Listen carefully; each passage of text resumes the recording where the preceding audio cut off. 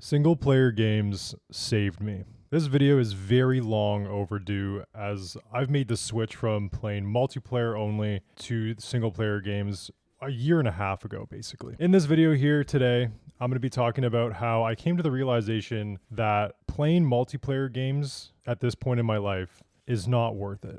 And maybe some of you are in the exact same boat that I'm in, and maybe you guys can relate and potentially make the same change for you and see how it goes. Because I can promise you, at least from my perspective, making this change was the best decision I ever made. When I started playing video games, I was about 6 years old. This is about the time the original Xbox came out, and I had the Crystal version, which I thought was pretty cool. For a few years, the only games I really played were Guitar Hero, NHL, and then maybe some NBA. It wasn't until 2007 when I went over to my friend's place and played COD 4 for the very first time. He introduced me to the Xbox 360 and to the online world of multiplayer games, and I was instantly hooked.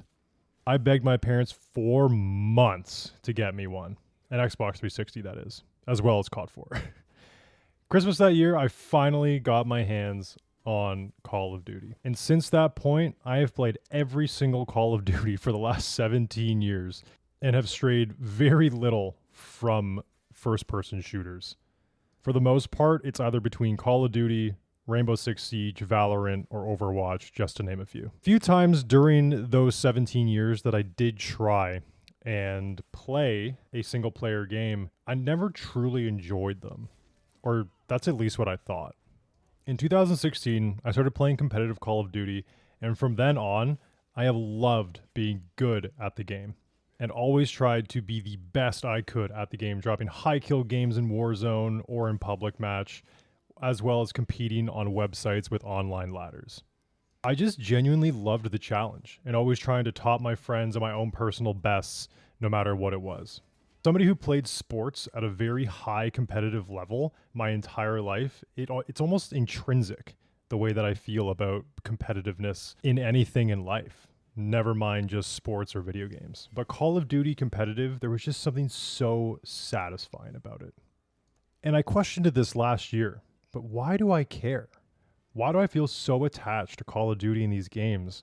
And why do I care so much about being good at them? Because they don't really bring me much to my life other than the satisfaction of stomping people who I'm better than. I didn't play competitive for a couple years, and then Warzone dropped and reignited that fire after a few months, and my Call of Duty drive was right back to where it was during the competitive era of my life. And that continued until MW2, MW2 2.0. When that game came out, I might have played for maybe a month, and then I didn't really play video games for almost a year. When I did play, it was MLB The Show, Overwatch, but really for the most part, I didn't really touch my computer or my console. When MW3 came out, I started grinding again. Warzone was fun, and then the ranked mode. Oh, don't get me started. That just took up all my time once again, back into that competitive mindset where I was just a few years prior. Unfortunately, this didn't last very long when I was playing ranked Warzone on Rebirth Island, and I got absolutely mopped by some cracked 15-year-old. He had to have been 15. I turned off my stream, closed the game, sat there, and thought to myself, why am I doing this? And what am I actually gaining from being a high rank? Why do I want to be that rank so bad? And then, what would I get from being that high of a rank? Just being good? What part of my life would improve if I got to that high rank? And is it worth pounding my head against a wall to get there? It was at this time, and me really intrinsically thinking about this, that I really realized I wasn't having fun playing Call of Duty anymore, or games in general. It felt like I was trying to fill a void that was once there when I was younger, but it was just now fading away. I then thought back to some single player games that I had played in the past, and I thought about Assassin's Creed, and then come to find out, this is where my newfound joy for gaming had returned. This is where my shift in mindset kind of changed. I realized I wanted to have fun playing games again, and how my passion for content creation was so low when I would play Call of Duty or any game of that sort, and I just felt soulless. So going into single player games, I realized I needed to shift my mindset in order to truly enjoy gaming again. But what was I shifting my mindset from while playing single player games? Exactly. When I used to play single player games, I would play them for the sole purpose of finishing them, not experiencing them. When starting to play single player games now, I went into it with an entirely different attitude. To play the game and to experience the game, not to play the game as a means to an end. And honestly, since this shift in mindset over the last year, I have had the most fun playing games I have had in a really long time. I actually look forward to hopping on stream and now creating videos for these games. I don't feel creatively stuck in a best meta or trying to win while doing blank or just something ridiculous like that over and over again. These games allow me to just sit back and enjoy my time to not stress out. And some people might even say that playing games, single player games that is also a waste of time. But for me personally, at this point, I feel like I'm free. I'm able to achieve and do whatever I want without the fear of not being good enough for myself. After finishing the very first Assassin's Creed game, though I felt the age of the game, I still had a great time because I played the game for what it was, not for what I wanted it to be. After that, I was playing God of War 2018 and Assassin's Creed 2 alongside each other, and I never felt trapped. If I didn't feel like playing God of War, which I really always felt like playing God of War, that game was so good. I don't know how it took me so long to actually play that game. Same with Assassin's Creed 2. I mean, I never really tried to play it or was never interested in playing those games for a long time, but still, these games are unreal. I don't know why I never played them. But this brings me back to my point, is if I don't feel like playing one game one day, I have another game I can play and enjoy and experience without feeling like I'm wasting my time and just playing it because I have to. Last year, I wrote out every single game I wanted to play in a backlog spreadsheet and ranked them with different color codes about which games I want to play first, second, third. Since that point, I've kind of realized it's kind of silly, you know? I wanted to experience these games, play these games, and at this point, whatever I feel like playing, I'm going to play.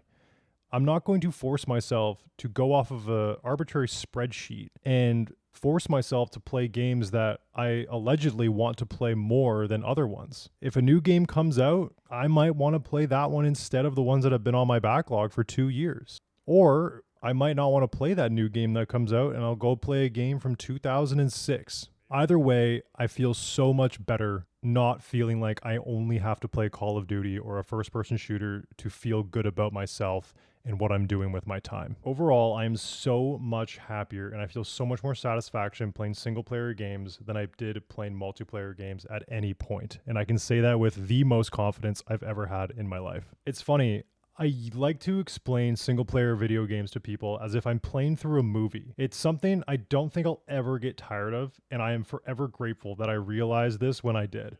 The amount of games I want to play is so incredibly long now, and will forever probably be growing with all the new games that'll be coming out. But I will not be playing them just to play them so I can eventually get to them all. I want to give these games the attention they deserve so I can experience them as they were intended by the creators. I don't know if I will finish every game that I want to play, but I know I'll have fun doing it. And that is what matters now. Nothing else, just playing these games to have fun like I used to when I was a kid. I'm also not going to handcuff myself to only playing single player games. If I want to play an online multiplayer for a little bit, I'm going to play an online multiplayer. But mentally, I'm not going to feel stuck. Everything is just so much easier now, knowing that I'm out of the loop, I'm out of the mental trap of thinking that I have to do something. I was playing Call of Duty and those FPS shooters because they were comfortable. I knew exactly what I was going to get out of it, and I knew exactly what my goal was for that session. I wasn't going to have fun the whole time, but it was safe. It was comfortable. And now that I've broken out of that comfort zone, I can say with the utmost certainty that the best part of life is on the other side of that comfort zone. So thank you guys so much for watching my first video like this. Hope you guys enjoyed. I will hopefully see you guys in the next one. My goal is to upload about 2 of these a week. And if there's any topics you guys want me to talk about, you guys want to hear my opinion on, feel free to leave a comment. I intend on making videos kind of just about my thoughts on the world, my own life, and how I'm looking to improve. I'm sure there's some of you out there who just heard me speak about this, and you thought maybe you were alone, or maybe you didn't even realize. And hopefully this video can help you look inside yourself and maybe try something new. See if something in your life, it doesn't even have to be video games, can spark that inspiration and spark that happiness again. Because again, like I said, the greatest happiness I've felt has always been on the other side of comfort. Again, thank you guys so much for watching, and I'll see you in the next one.